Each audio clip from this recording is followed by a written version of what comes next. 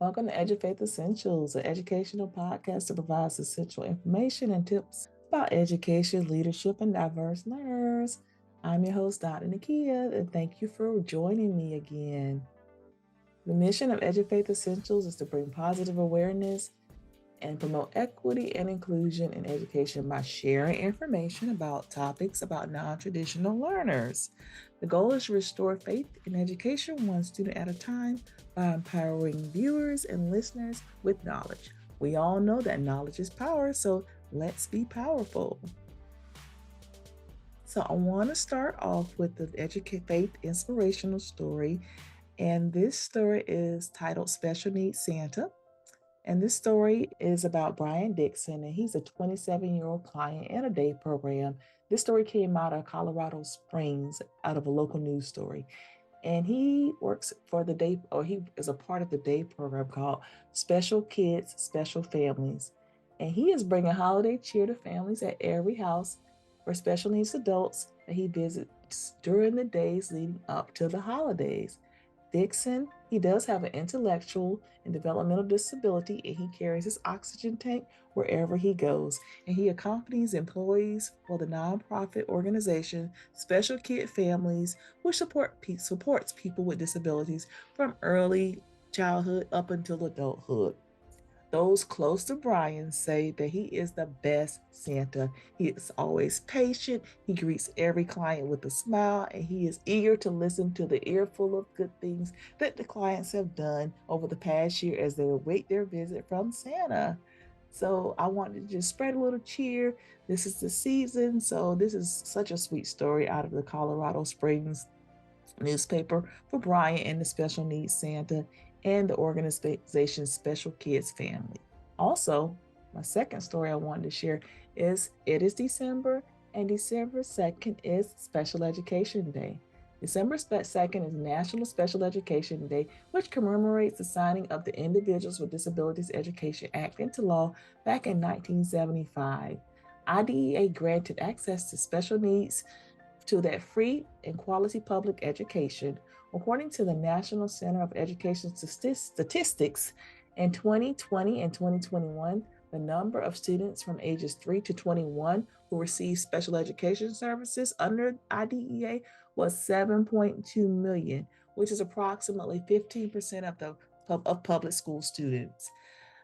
Nationwide districts have celebrated December 2nd as Special Education Day or National Special Education Day, and some of those celebrations include Special Olympics, pizza parties, and other celebrations. There was even this district in this place called South Perry, and they had this Project Search, and it was just a great story. So if you want to learn more about all the stories and all the celebrations, take a look at this link right here, and it shares all the information about some of those wonderful celebrations for National Celebration Day on December 2nd.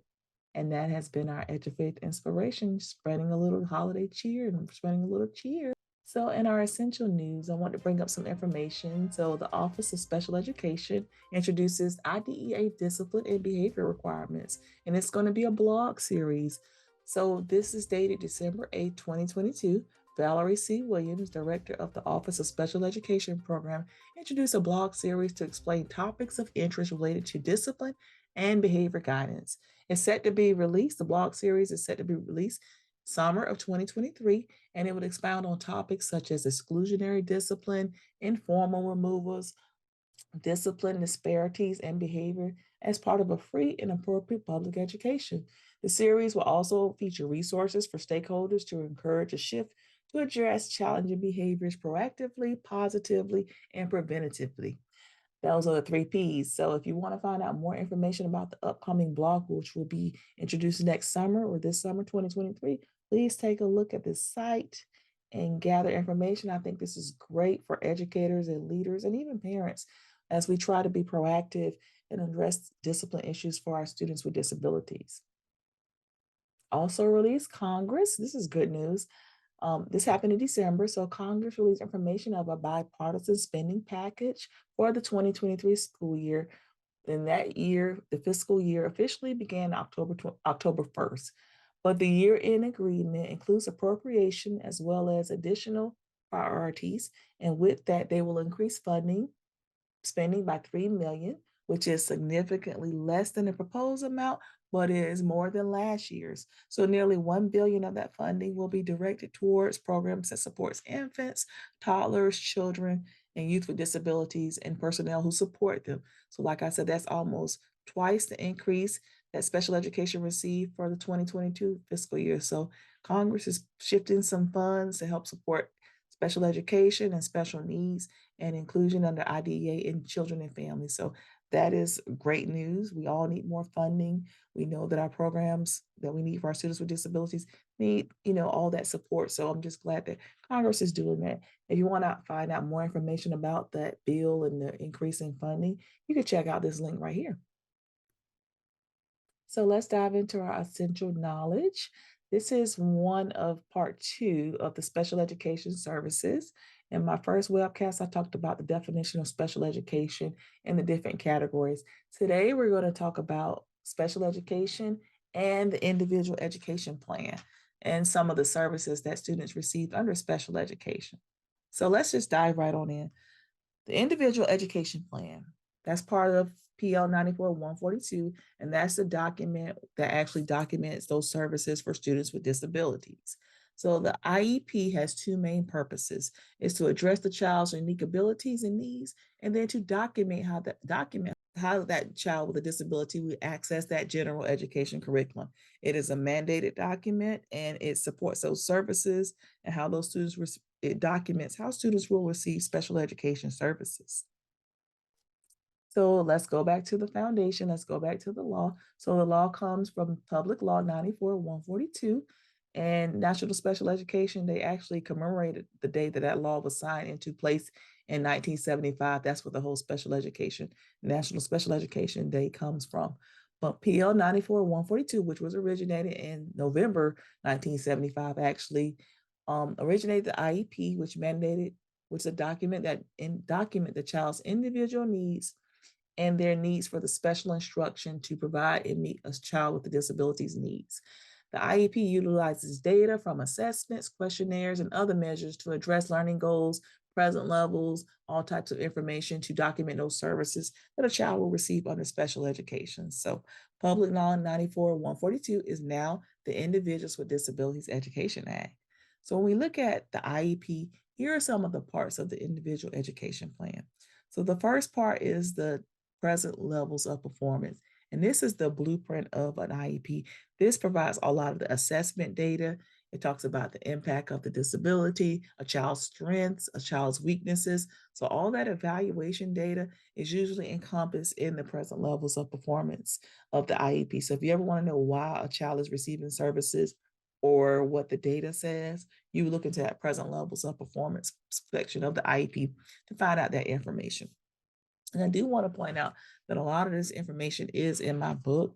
It's in chapter 3, which I talk about the IEP. And I break down this information specifically, the individual education plan, and it starts on page 33. So let's go through the rest of the IEP. So another part of the IEP, and I'm actually going to read something from my book. So the exclusionary factors, and this is the part of the IEP that determines whether there are certain factors that impact that child's learning when you're looking at the need for special education services. So the purpose of it is to serve the needs of the child, but then rule out certain situational factors. They may influence grade level performance. So background, language barriers, just things like that. Another part of the IEP is the exclusionary factors, and that's what that part is, just looking at what factors we can exclude to determine if that child needs services. Goals and objectives are very important in the IEP. And goals are those statements and those measurable statements based on that data of what that child will accomplish. And those goals are tracked over time. So it's actually a learning goal that is aligned with that student's deficit that will determine how that child will receive progress in their plan. So goals are measurable general statements, and they identify the deficits and they use data, and they must be tracked over time. So every child should have some IEP goals that addresses their learning and those deficits of the reason why they're getting that IEP. Also, objectives are also, some districts have objectives, some districts don't, but objectives are measurable statements that are aligned with that goal. So the goal might be there, and then objectives might be a sub part of the goal, which actually specifies different information regarding the child's measurable goal. Supportive aids and services are those services that are provided through a child in a general education class or special education class. And they're provided in different academic settings, extracurricular, non academic settings. And so those supportive aids and services are services that's provided to that child to help them receive their free and appropriate public education in all classes. Related services are additional services to help support the child with their goals. Accommodations, modifications, adaptations, that's that information that's also provided as part of the supportive aids and services. So accommodations might be things that the teachers do in the gen ed or the special education classroom where they provide no support. So there are accommodations, there are modifications, and then there are adaptations. And I talk about those specifically in my book. Related services are those additional services that are provided. For instance, some related services might be transportation, um, physical therapy, occupational therapy. So those supports that are provided to that child to help them reach their educational goal. Placement and the extent of services, those are also documented in the IEP. So IEPs usually state how that child will receive their educational services and how it will look how it will look aligned with their participation with their non-disabled peers. And then the placement talks about where they will receive their education, whether it will be in a general education class or a special education class or a combination of both. So those things are also highlighted in the IEP. Other factors include extended school year. Extended school year is a service that's provided a lot of times for students who demonstrate regression over time. So it's not summer school, but once some students, because of the impact of their disability, they may regress when there are long breaks. So if they regress when there's long breaks, the school district might provide extended school year as an option to help support that student with those services or help support with that regression that may happen during those long extended breaks of not having instruction during long academic periods. Transition plans are also very important in the IEP. Students at age 16 begin to become more aware of their education. And so those transition plans come into place when students turn 16, and it talks about post-secondary goals, employment, and what that child is going to do once they graduate from high school. So that's the transition plan. And then age of majority, that conversation usually happens when the student is about 17 years old. The district will talk about how at age 18, that student will transfer their rights. So they will take ownership of their education and they'll have their own educational rights at age 18. So the age of majority usually happens during that 17th, when the child is 17, that IEP meeting, and that happens, and the parent is a part of that meeting to just talk about the transition. Once that student is 18, they will be in charge of their own education and make those decisions on their own behalf. So let's talk about the individual education plan and the process. So when a child is identified with special education, they're identified usually through child find or some type of placement. I mentioned this in the other webcast. So there's usually a service or an intervention team meeting. The school teams meet, and then the child is evaluated, and they use all of that data to determine if that child meets criteria for special education. The evaluation results determine the IEP and if that student needs special education services. If that child is eligible, then the team will meet. They will go through all that data, and then they will generate an individual education plan to meet that student's needs using all those components that I just mentioned regarding the IEP. Services are provided, progress is measured. So those goals will be generated based on that child's deficit. And then based on that, progress will be measured, whether it's quarterly, every 4 weeks, every 9 weeks, whatever the school decides. And the goal progress will be measured and provided to the parents in some form. The individual education plan is reviewed every year. And then every 3 years, a team comes together again to determine if that child continues to meet services under the state criteria for special education. So after the evaluation, the law requires that the teams meet. They discuss the data. As part of the team members, IEPs have specific team members. So those team members include a local education agency representative, usually an administrator or the lead teacher or someone who's supporting the district, the local education agency. There's a special education teacher that's going to be at the meeting. A lot of times that's the case manager. There's usually a general education teacher at the meeting. That person talks about the general education setting, the standards and the curriculum. They provide the expertise. Parents are part of the meetings. And then there may be other related personnel or personnel at the meeting. If that student receives occupational therapy services, physical therapy services, or anything like that, sometimes psychologists are at the meeting. So just whoever can speak to that child. The IEP is updated annually, and all districts have processes for these services. So if you're in doubt, make sure you ask questions because every district has a process of how they do special education placement. Student services and placement may occur. And like I said, it talks about how that child is going to receive those services in the least restrictive environment with their non-disabled peers. So for parents, I just want you guys to be active team members. Make sure you're going to get your rights and get all that information. And then the categories for special education are speech, other health impaired, developmental delay, autism, emotional behavior disorder, deaf or hard of hearing, specific learning disabilities, language impairments, orthopedic impairments, mild and moderate disability, severe and profound disability, and traumatic brain injury. And like I said, teams meet every year to update the IEP and then every 3 years to determine services. So let's talk about some special education service and placement options. Check 5, 4. Let's talk about some special education service and placement options for our students. So these are the services that a child will receive once they're eligible for special education services, which means this is how they're receive their free and appropriate public education based on their needs. So the first service I want to go over, and I'm reading this straight from my book, Essential Tips for Parents of Students with Disabilities, and I highlight this on page 37. So I'm just going to give you a quick synopsis over it. So the first is general education. And this is where a student receives their services in the gen ed environment with no support from any special education personnel.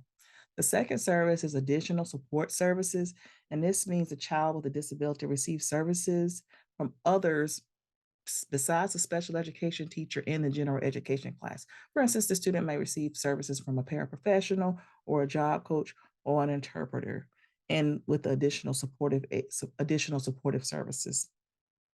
Consultative services, or we call it consult. That's where a student receives direct services from the special education teacher in the regular ed classroom based on the IEP team decision. So the team will determine how much that special education teacher will serve that student in the general education class. Collaborative services are defined as services from a special education teacher in the regular education class for less than 100% of the time. The next service is co-taught. My son actually got co-taught services, and he also had some general education services. So co-taught services are services, direct services from the special education teacher in the regular classroom or general education classroom for 100% of the segment in the classroom. The next level is direct services instruction or small group, and direct services or small group are services that are provided within the special education environment in the special education classroom by the special education teacher. And usually that student is in a class with other disabled peers. So that's what we call small group or direct instruction. There are also other services that I talk about in the book. I'll talk about home-based instruction, which is a service that's provided in the home for students on a short-term basis based on an IEP team decision. A lot of states have that service. And hospital homebound, which is a service for students who are medically fragile, who are too sick to come to school. So there may be a special education teacher that actually comes in the home and delivers services so many hours per week. And then other students may receive residential placement where they're actually in a residential facility with the special education teacher getting services on a full-time basis. And then there's a separate day school or program service where a child receives special education services from a special education teacher in a separate school or separate program. So those are our services for students with disabilities under special education.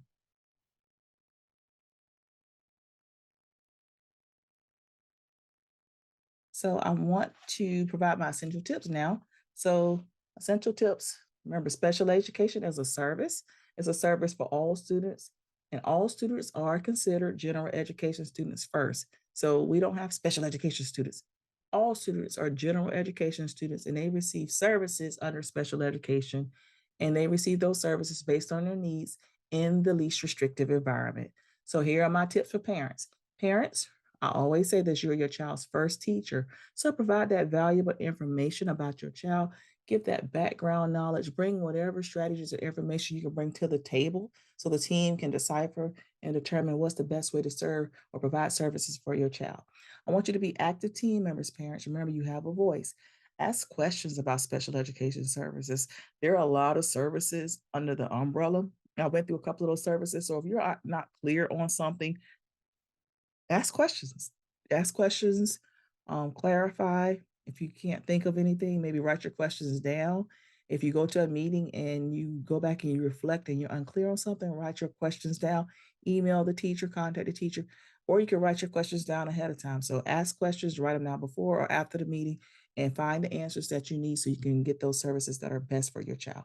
And then use the district's resources and support. So find out what resources or supports are available. A lot of districts have parent liaisons and just other services and resources for parents. So ask questions, seek knowledge, and then remember that you're your child's first teacher. So be that active member and provide the information. So, for my central tips for special education for educators, I want you guys to actively foster inclusion in your classroom. We have to include all students. Attend those meetings and provide that content and that teaching expertise. If you're a history teacher, you know the history standards, you know the history curriculum, and you know what it looks like in a general education curriculum. So you could talk about what can be provided for that child who's receiving services under special education. So bring your expertise, your teaching methodology, bring everything that you can to that meeting and be an active team member and be engaged. And then my leaders, I want to encourage you to be active and involved, even if it means supporting your teachers. So like my last webcast, I talked about you don't have to be an expert, but you do have to have some general knowledge of IDEA practices and be able to provide the services and support so your teachers can work with students, all students, and you support your special education teachers, your parents, and have that culture. So foster an inclusive culture in your school. And then finally, leaders, my tip for you, and I'm a little biased, is read the Essential Tips for Special Education Leaders book. That book is a great book. It is a resource. It is on Amazon. So that'll give you a lot of information for you to actually use in your practice of leadership. And that's it up there at the top corner. So, books are excerpt from today. What I'm going to do as far as the books excerpt, I want to just point out a couple of books that I have that can help you level up and increase your knowledge. So, I already mentioned Essential Tips for Special Education Leaders. There's also Essentials of the IEP 101, and it provides a brief overview of special education or the individual education plan. It's less than 50 pages. And then I read a lot of information to you from Essential Tips for Parents. So what I am going to do, I'm going to read a little bit of an excerpt from pages 40 and 41, which talks about the least restrictive environment. And all of these books are available on Amazon, so grab your copy. The goal of the IEP team is to provide services in the least restrictive environment, which means educating a child with non-disabled peers. Here's a general flow of the least restrictive environment decision process. The present levels of performance, developing the IEP goals, determining whether the goals and objectives can be taught and mastered in a general education setting, determining accommodations, personnel supports, the settings, and determining alternative placement or community settings when the regular education setting cannot address that student's goals and objectives, and then determining what opportunities will be provided for that child to interact with non-disabled peers. Parents are afforded rights under the Individuals with Disabilities Education Act. Those rights are usually the same throughout the district. Districts must provide these rights to parents and usually provides these rights to parents. Here, and then I provide some foundationals on page 41 of the parent education rights under IDEA. So that'll be a great read for you just to familiarize yourself with that. So I just read about the least restrictive environment and parent rights. Usually they do provide, teams usually provide parents copies of rights or offer their rights at every IEP meeting. And then just talking about that least restrictive environment in the process and how you use that present levels of performance of the IEP to determine the services and the flow of services for the least restrictive environment. So now it's time for our essential advice. I want to hear that message. You got mail. So I want to use this platform to support anyone, fellow educators, families, community members, businesses, anyone who wants to know more about special education, diverse learners, Section 504, ESOL, RTI, multi-tier system of support, leadership, and just general education. So if you have any questions, please feel free to email me, and you want some type of advice, email me at edufaithforall@gmail.com. I would love to hear from you, read your letter on the air, and maybe your letter will help others. Quote for today: parents of children with special needs create their own world of happiness and believe in things that others cannot yet see. Author unknown. As parents of students with disabilities, we have to find that inner strength, to find the best and that gift and that talent in our child. And as parents, we have to foster that gift and show it to others so others can see that world of happiness that your child have. Because having a special child with special needs is a gift, and it's a great gift, and you have to create your own world of happiness and believe in those things that others can't see. And then you have to show others those things in the world as well, because we all want the best for our children. So that's our quote for today. And as a parent of a child with disability, definitely spread knowledge, and I had the happiness, and I believe in things that others couldn't see in my child. And it came out over time, it came over in fruition, and he's doing great. If you need services and assistance with any college and career readiness programs, professional development, one on one coaching about education, diverse learner topics, anything inclusion, specializing in ESOL, IDEA Section 504, reach out to my business, www.edufaithconsulting.com. I want to encourage everyone to get essential, get copies of these books. To my believers, be blessed. And to all others, be well, be kind, and be the change. I thank you guys for supporting me. I thank you for listening. You can follow and listen to these podcasts on all podcast platforms. Follow me on EduFaith Essentials. I will have maybe one or two podcasts a month for you. The next one I will cover will be a continuation of the overview of special education. And in that section, I'll talk about some more topics related to special education, because it's such a large topic. Sometimes we have to break things down into sizable parts. So I'll see you soon. Have a great day.